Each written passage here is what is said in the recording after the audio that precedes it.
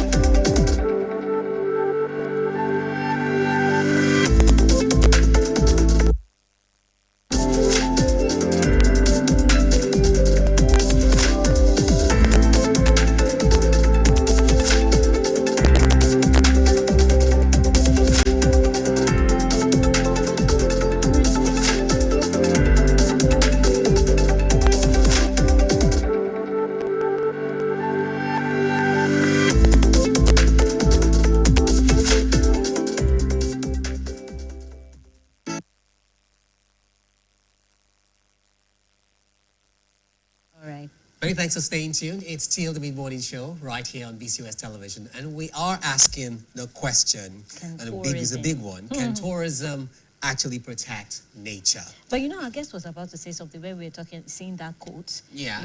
And I was like, I just wish everybody, I said, I just wish everybody should just be on their own. And he said something about the fact that it's not our culture to actually embrace. So that's the major problem. True. Yeah. It's not our culture. But can it be learned? Because you find that even those who went to school and were taught about how to respect nature, conserve nature. Respect nature. But like, okay, I find that sometimes they're the ones who tell you, please, nature will take care of itself. Yeah.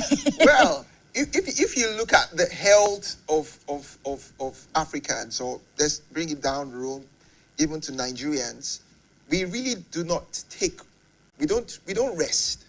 We do not. And when we talk about rest is not just about, don't bring your work from the office back home. Isn't it? We have a culture of bringing our work back home. Back home, yeah. So the same thing with our kids, isn't it? We're loaded with assignments, and so we don't even have time to visit, just the neighborhood. So in most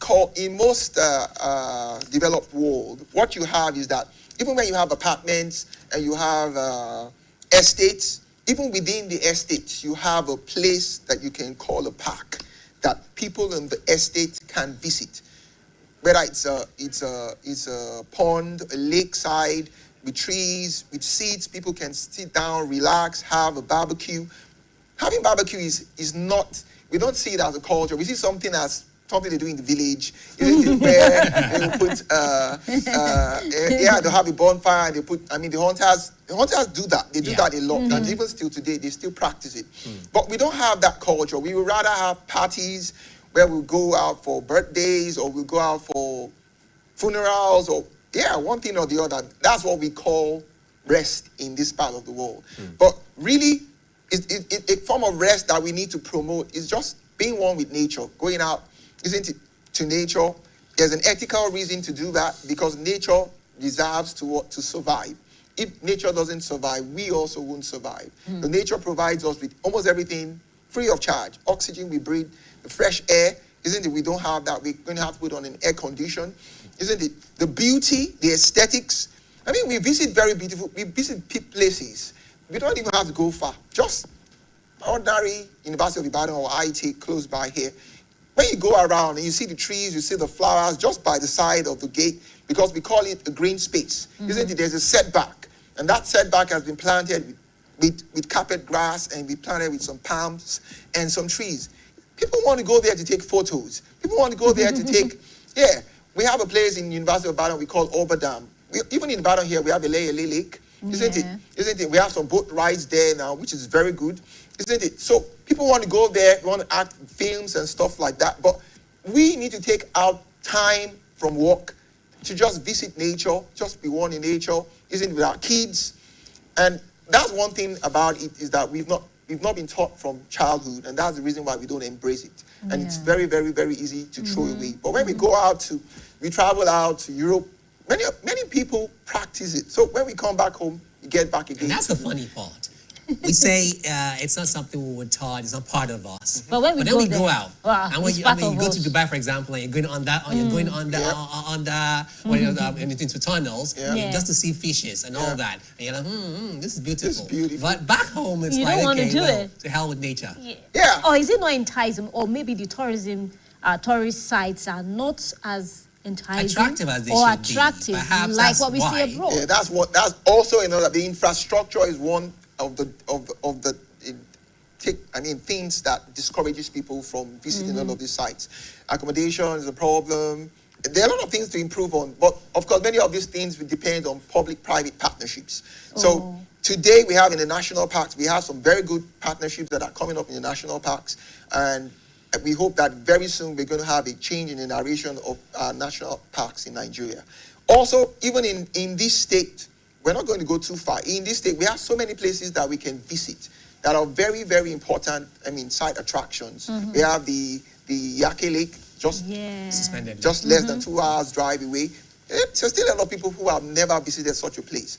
So, but infrastructure is also a problem. Some people who want to go there and camp. Yes, camping facilities need to be available so that people can hire. So, there has to be that, what do we call it now? Infrastructure that is basic, isn't it, for businesses to now come in and build upon those platforms. People need to know what exactly they need to come in to do to channel into such businesses as a venture, isn't it? And I know the state governor of this state, visited Iyake or Agoiwai last year, and he has made several promises that place is going to be, developed. There's going to be some resources put into that particular place. So to make it a tourist site. Yes, it's already a tourist site. People are already visiting, but there's a lot of infrastructure that needs to be. Currently, there's no hotel. There's no accommodation for anybody, isn't it? And then stepping up, the type of food that is available. There's a lot of infrastructure. Light needs to be available. A lot of security has to be available for people to really want to go there and have a fun time, isn't it? Yeah. Now, there was a situation I was monitoring some time ago where a particular beach was closed for the singular reason that every year, around the time when turtles come on land to actually, green turtles, to breed. Okay, people cover the shore. Okay. So somehow some of them gets trampled on. There were so that particular beach was closed for that particular time. So they only open the beach when the breeding season for the green turtles is over. Okay, that's a clear example of how to ensure the balance. Sure. But the truth is, when you talk about, okay, let's go see this waterfall, a lot of people coming in there will trample on vegetation. They do a lot of damage to the environment. In fact, the more people you have, the more damage is done. Sure. So, but tourism sometimes is not only considered for just what it does for the environment, but mostly for pockets. The economic benefits we derive from that. So, how exactly can we curb these practices that hamper or affect ecosystems negatively? Yes, so normally what needs to be done is that the influx of people into that center or that particular space needs to be reduced. So once you begin to go beyond the carrying capacity of visitors to that place, there's going to be bound to be trampling. How do you determine the carrying capacity? So basically from the influx of guests that you have in that place, there's a number that particular management can manage. Okay. So there's going to be studies on the influx of people, what seasons they come in, what days of the week people come in, isn't it? amount they are willing to pay, isn't it? So we can play with the economics, for example. For example, if the gate fee was 500 naira and we have 10,000 people coming in and we want to cut down that number into a particular number, like we could increase the fee, and that will automatically reduce the number of people that would want to come into that particular space. But there's a difference between tourism and ecotourism. So tourism that promotes the sustainable, diversity of species is what we call ecological tourism. Of course, there's lots of tourism that are not interested in ecotourism, that really there's a lot of carbon footprints, they do not curb the number of guests that are coming in. But some places, rather than increasing the fees, they will just put a peg on the number of people that can come in for a particular day. So, for example, they could say they only want 50 people that can come into that particular space, isn't it? So once we have 50 people registered, normally they will have an online platform, or they'll have a way you can call or send an email. Once they get to the top, they'll just tell you, sorry, sir, we cannot take you. You have to book for another available space. And there are several other days in the week. And then they will also have, just like you mentioned about the turtle, they have a schedule of the week. So as days are getting booked up, you're seeing it online automatically that some days are already booked. And there's nothing you can do. You can't access such sites anymore.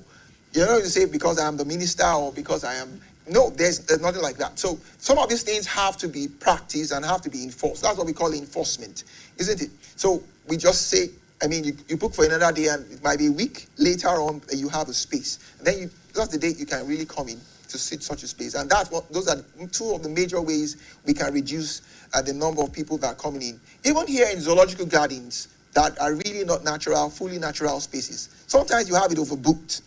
And people don't really get the full satisfaction because there's a lot of noise and there's a lot of crowd. Luckily, there's several spaces that are far apart from each other. For example, people could be in the carnivore sector and people could be in the avifauna sector and things like that. But still, even zoological gardens also need to curb the number of visitors, because if you don't manage them, there could be accidents, isn't it? And there could be trampling. And that's one thing that the management of any space, whether in situ or ex situ, will want to prevent. And that's management for you. So we've gotten to this point now that we know that tourism can be used some way or the other to preserve our ecosystem. Sure. But now that we're at the point where we need to make the change, so what are those steps that we can actually look into to ensure that there is ecotourism? Especially when you talk about the community. What's the part that they can play? Okay, so first of all, before you can cite a tourism destination any place, the community, or what we call stakeholders, community needs to approve of what exactly it is you want to do. So normally government would just say this is a national park or this is a game reserve, but we understand that there's a lot of conflict that happens.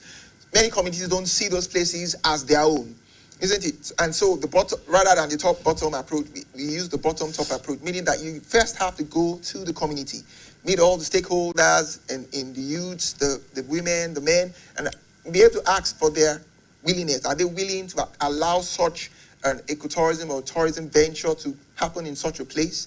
And then you go on through these stakeholder meetings, and once you have that positive response for them, then you can move on to the other stages, even of trying to harness, doing, for example, an assessment of such a place. Is this place going to be good for tourism? What are the species that we even have here? What times of the year do they breed? Is there any threatened bird, threatened species, threatened animal in this particular species? Is there any species that has a breeding season that visitors will affect? Or is there any species that becomes wild during its breeding season that we want to keep?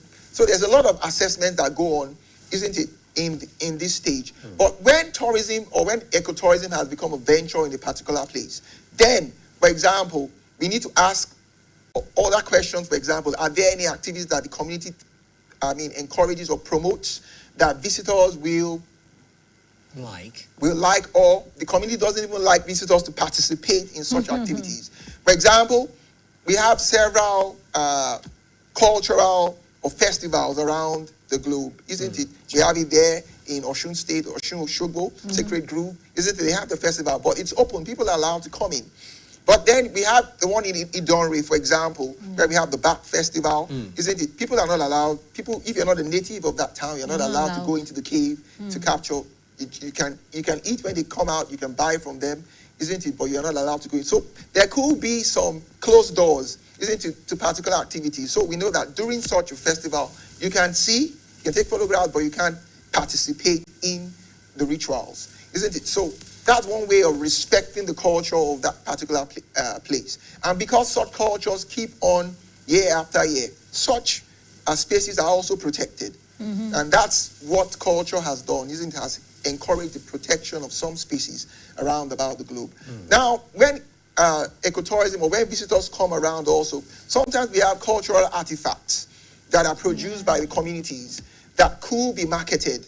There could be necklaces, there could be forms of jewelry, clothes, fabrics. For example, here, when people come to Nigeria, one of the main things they want to go back with is fabrics. So whether it's a dire, isn't it? Yeah. People want to go, but many times it has to be available and accessible. They might not want to have to travel hours.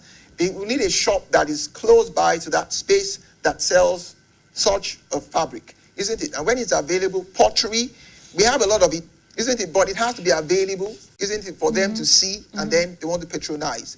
So there's a lot that the community can do in terms of livelihoods. People can be trained. They can go out for training and learn some of these cultural aspects. Many of our children or many of our indigenes are rather leaving the rural spaces and coming to the urban spaces because they want better jobs, isn't it? They want more lucrative jobs, fast money, isn't it? But of course, they've left their rural spaces blank, and there's really nobody to welcome the visitors when they come back. Wow, we Great. have a whole lot. And you said something about the need to first of all have a sort of structure in place. I mean, you are the ones who own this place now, and I'm going to tie this to what you said about the need to have this bottom to the top approach. Yeah. I mean, bringing the people who are around the particular place, into the system, considering them. How does this benefit them? Are there things that will be affected and all that? I think most of the time, when we contemplate public partnership, there seems to be this sort of chokehold that we have on what we are offering people coming in. Now, and most of the time, you find that we don't even have structures in place. People wouldn't want to invest if they don't even see the potential. True. So how exactly do we, the government, stakeholders, how can they, come out with a structure, put a structure in place that people can actually buy into? Yeah, so it has to do with we need to develop that culture, and right from the grassroots, right from while people are young. Again with the culture. Sorry, because this is really where the problem is. Yeah. Now, we talk about the people, giving us a direction as to how will we proceed. But if you leave it to the people, sometimes people will just tell you, no, look, let's do what we want to do. Our hunters go in there, they catch bushmeats, and that's it. But if you read, because there's no sort of education about this thing. So can we leave it to such people? Yeah, so for example, in Ibadan Master Plan, there was something that was called green spaces. Okay. While Ibadan was being many years ago. And they're green spaces, places that were just meant to be natural, intact. And those places were they were kept apart for purposes like this. We're supposed to have parks. For example, you go to University of Ibadan, we have several parks, isn't it? And the parks have a purpose. We know the reason why nature has to be, protected, and nature has to be respected, isn't it? So not just for flood control, even for human beings to go in, just to cool, isn't to have a place to meditate, with no noise, isn't it? Just enjoy more the nature. These places are there in the plan, but many of the time, these places have not been protected as they ought to be. For example, we could have green spaces being turned around, as we can see today, into so many other uses that were not in the master plan. And these are some of the things that we react to as researchers, because we do not follow such a mindset, isn't it? So we will actually try to encourage that such green spaces be left intact, not meant for people to put artifacts for sales, Like, for example, you're coming from Ibadan, entering into Ibadan. There are places, for example, in front of the University of Ibadan, that's supposed to be green spaces. But people have decided to put shops, isn't it? Some places are supposed to be flowers, but people have put shops and stuff like that. And many times I know the environmental, isn't it, have tried to chase them away. They've gone, they will go, and after some time again, they come back again. If you get to the Ojo roundabout, there's sort of places that have to be fenced off. There are supposed to be green spaces. Trees are supposed to be there. Flowers are supposed to be there. Because we know that Mother Nature, isn't it, provides us with oxygen. We can't just clear everything. That's the reason why, our forefathers protected those spaces, to provide us with clean air, clean oxygen, isn't it? There will come a time when this place will be too hot for us to survive, and then everybody will need an air conditioning in their offices to be able to cool down. But normally we don't need that because we had enough trees. But as the population goes beyond the carrying capacity of the environment to be able to control, having micro climatic conditions to control that temperature, then we will have to pay for it. So we are paying dearly for it, Yes, even we are. unconsciously, because if you see all around us, the weather is changing. Yes. We're seeing so many birds, so many wildlife within our domestic environment. So we are the problem. Yes, we are the problem because the continuity of government has to be continuous. Government has to have a vision of where we are going to. And that's one issue. But we also have a problem. We also borrowing very, very bad ideas from Europe. For example, many of us will interlock our houses and then we will put in front of the houses artificial plants, isn't it? Plastic plants that really provide us with no oxygen or air. And many people will complain that the trees will drop down leaves and they don't want to have somebody to have to be cleaning that, and that's the reason why they do that. Yeah. But it's wrong. Ethically, we need to provide Mother Nature with its own source of living. And so we need to... the roots too. The roots, yes, that are becoming too. Yeah, but yeah, all we need to breaks do the is just to foundation. consult a horticulturist and find out what trees will not destroy. Because we have different trees. There are trees that will grow naturally and there are trees that will go down. Yeah, and they will really not affect. Yeah, I have quite a number of trees in my compound. They've not affected me. So we just need to have that culture. Really, everybody feels that trees are just for firewood, but they are not. When you begin to harvest the fruit trees, and then you have neighbors saying, oh, please, can I come in and have a pawpaw, or can I have... Yeah, but you also have a compound. Why not plant one in your compound? So if each and every one of us have this culture, and we all do this, have at least 2 trees in your compound. Even if it's just a plot you have, and you have 2 trees, we will have a change. There will be more... You're so right about that. Yeah. Was it not day before yesterday, I noticed that there was this breeze that just kept on coming in. So I asked my son, I said, please, where is this breeze coming from? He said, no, the tree behind that was cut down is growing again. I said, hey. Wow. Okay. So That's cool. you are fully aware that the trees are the things that is actually what brings in the wind. I was now so impressed that, okay, they might be teaching the children the right things to do, but the adults are not even helping the children. Yeah, because the adults are busy looking for For money. him to have known that, oh, it's the tree that we cut off that made us have enough eat. So now the tree is already all grown. And I must confess, the breeze was just so much for me. I was like, I was enjoying it, I said, where is this breeze coming from? Do we have fun in that room? And he said, no, the tree is actually growing. Before we go ahead, let's look at this all over. Again, Ibadan became a state 1976. Yes. Okay. Celebrating 50 years. right now. And the plan that was made that allowed for the green spaces to be in place. Where are they? Some people will tell you that those things would have been done in conjunction with the colonial people. University of Ibadan was created back then. True. So, and you find out that this took great foresight. Is it not possible that we no longer have the wheel that those To people follow. had, and that our consideration seems to be different because the people we have in power don't even understand the importance of all this. When you have people, in power who understand these things, they tend to make policies in that direction. But then what happens when they leave? True. So, And that's how do why, you deal with that? that's why stakeholders need to be aware. Many times we're not even interested in our history.